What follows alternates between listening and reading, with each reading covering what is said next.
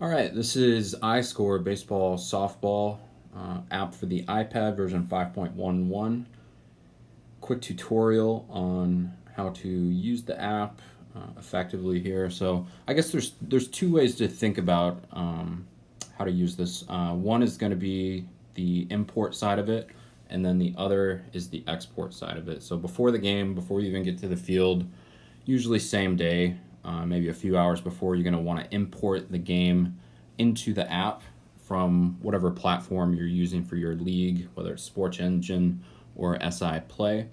And then you're going to score the game, reconcile the stats afterwards, any corrections that need to be made, and then you will export the game, the box score, the stats, all that good stuff back to your league website. And if it's working correctly or your league commissioner has it set up correctly, it should auto-populate those stats and the box score and all that onto the league website. It makes it really easy to use, minimizes the data entry from using a traditional scorebook, and can really streamline well once you get the hang of it. So let's start out with the import side. So what you're going to do is you come in here a few hours before the game, come into Game Manager. You're going to tap the top right here where it says Add Game, and then you can manually create a game within iScore. I never use that feature. You're always going to want to tap where it says Discover Game here at the bottom. And then what that'll do is it'll pull up all the major platforms that baseball leagues use. So in this case, we use SI Play or Sports Illustrated Play. We'll go ahead and tap on that. And then we're down here in Houston. And we are the Houston Hardball League. So I'll tap on that. Now, sometimes when you go into the platform, it's going to prompt you for your administrative username and password. You should have admin rights if you are a manager. So just log in with that. In this case, with SI Play, I believe they just make it publicly facing, so no login prompt needed. And it shows me all the league games here coming up. Let's go ahead and tap on this game, Marauders at Toros. It's got the game details there, manager information. And then what you're going to want to do is tap where it says import here in the top right. Confirm import, yes. And now the game's been imported successfully into iScore. So hit OK. And then you're going to want to hit back, not the blue one, but the back button at the top here. And then again. And then it doesn't sort it in chronological order for some reason. I think it's because I play in multiple leagues here. So, but anyway, third from the top here, you can see Marauders at Toros. And I attempted to do a demo like this before. So, okay. So we're back here at the beginning, and this is the prompt that's going to come up. So once you import a game, it's going to show you the lineups, both home and visitor. And on the home team here, you can see the lineup order, 1, 2, 3, 4, etc. And then you can also see I've got some defensive subs here at the bottom. Oftentimes, especially if it's a playoff game, you're only going to want to bat 9 or 10 or maybe even 11 in order to keep your defensive subs in the game, but out of the batting order. You just tap here and then tap no for is this player a starter. And then you can do the same thing here. And then you can also assign them defensive positions if you're giving them playing time on defense, but not necessarily in the batting order on offense, etc., etc. You can also move order around by pressing and holding these 3 horizontal lines to the right. And you can adjust the lineup sequence or order that way.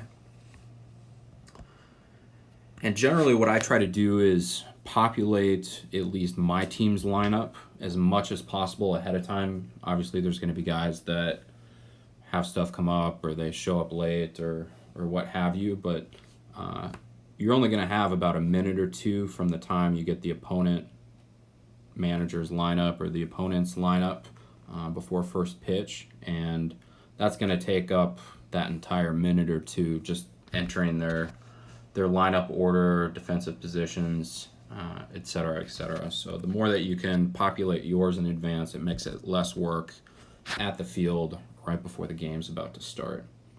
So you can set different positions here.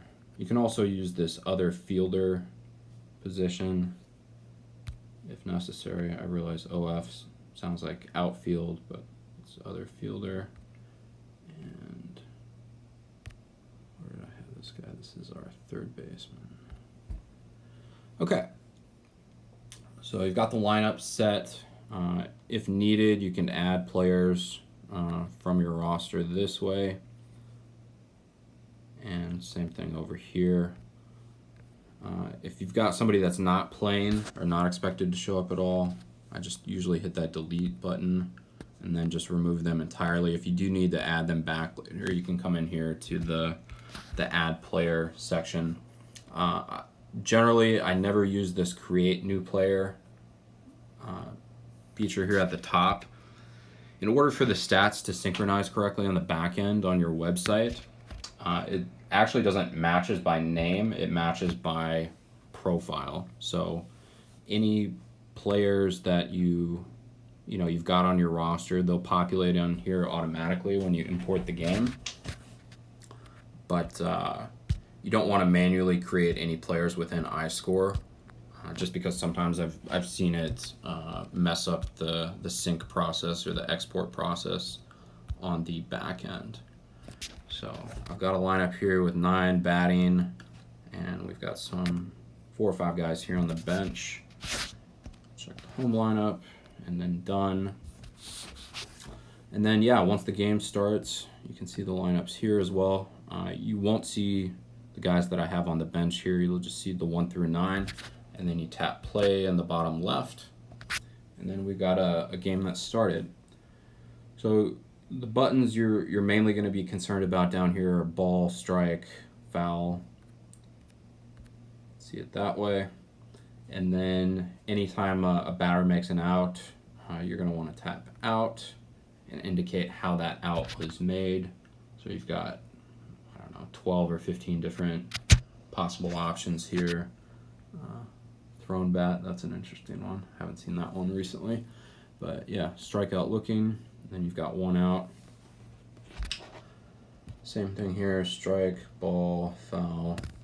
And then any batter that reaches base, you're going to want to hit in play. And then it defaults to safe. And you can have them reach on error, obviously walk, intentional walk, bunt, drop third strike. We'll give Joe a single here. And then you touch on the field where the ball was hit, you set the type of hit, and then you touch next. You can also indicate the degree of contact as well in terms of soft, medium, hard. We'll give Joe a rare hard hit line drive up the middle. Then hit next, and then you can see Joe's on base. To move base runners within a bat, if it's somebody that's stealing, you just tap on the base runner, and then he's safe. Move him to second base. You can select stolen base, pass ball, etc. We'll give him a stolen base here.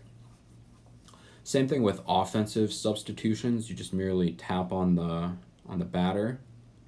So we'll tap on Michael here, and then it'll give you all the players, not just in your existing lineup, but also the players down here. These last 4 or 5, I believe, are on the bench. So you hit save, and then you've got your offensive substitution in there.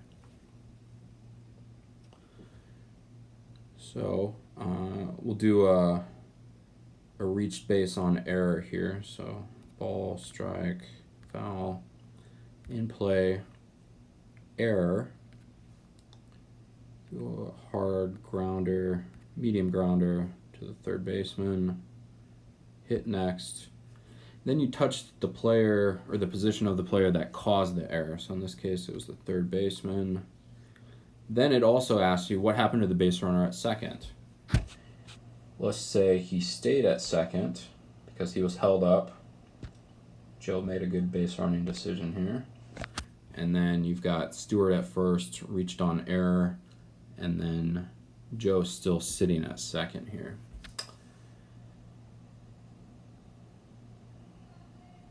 Give Mario strikeout. It'll prompt you for strikeout looking, swinging, caught, foul tip, drop third strike, etc. Strikeout swinging, so now there's 2 outs. And then do a double by Chris LeBeau here. So in play, hit double, give him a opposite field gap shot. And then it'll prompt you what happened to the base runners. Joe was safe at home, and then you just tap advanced by batter. Stewart made it to third because he's slow, also advanced by batter. Or if for some reason that base runner reached home, you could move them to home. Keep it to third, advanced by batter. Then let's move on to the next inning, and I'll show you how to do a defensive substitution. Strikeout. Okay. All right. Now we're in the bottom half of the first. So to do a defensive substitution, same thing as offensive substitution. You just tap on the player, in this case Josh Burris, and then you select the player going in for them. Select Elmer, save, good to go. Another menu that you're going to want to be aware of is where it says miscellaneous down here. A lot of times if you only have 9 guys on the field, you're only going to be able to score keep when you're batting. So in this case, let's say for example we only had 9 there. Nobody's going to be on the iPad when we're out in the field, but when you come back in, you can add a score manually by hitting miscellaneous and then tap adjust score. Give the home team Toros 2, and then you can hit save. And then what you're going to want to do is also hit miscellaneous and then end half inning. So then Marauders will be back batting now. And that's pretty much it. It doesn't get too much more nuanced than that. Obviously there's some other options here for box in the miscellaneous menu. You can do coaching visit, etc., etc. Now to end the game, what you're going to want to do is also use that same miscellaneous menu, hit end game, you hit exit, confirm exit, and then you're back here in the box score area. Now before you go to export the game, you have some options down here as far as assigning the win, loss,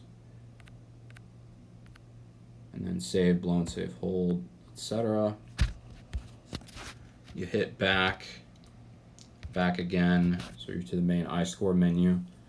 And then what you're going to want to do is when you're on Wi-Fi, or if you have your iPad tethered to like a cell phone hotspot like I sometimes do, you can just hit options, tap export, and then confirm export.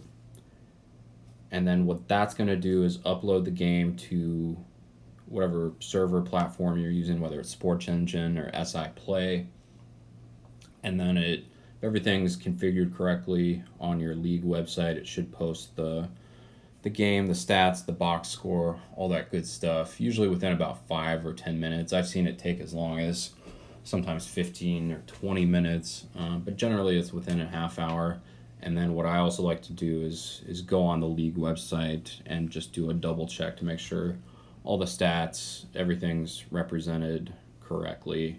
And I've seen some instances where it'll post the box score, it'll post the stats, but the batting order is alphabetical for some reason instead of the batting order that I set. So I'll manually adjust it sometimes on the back end that way with the league website. So anyway, that's basically it. Good luck with it. Hope you have fun with it and have a good season.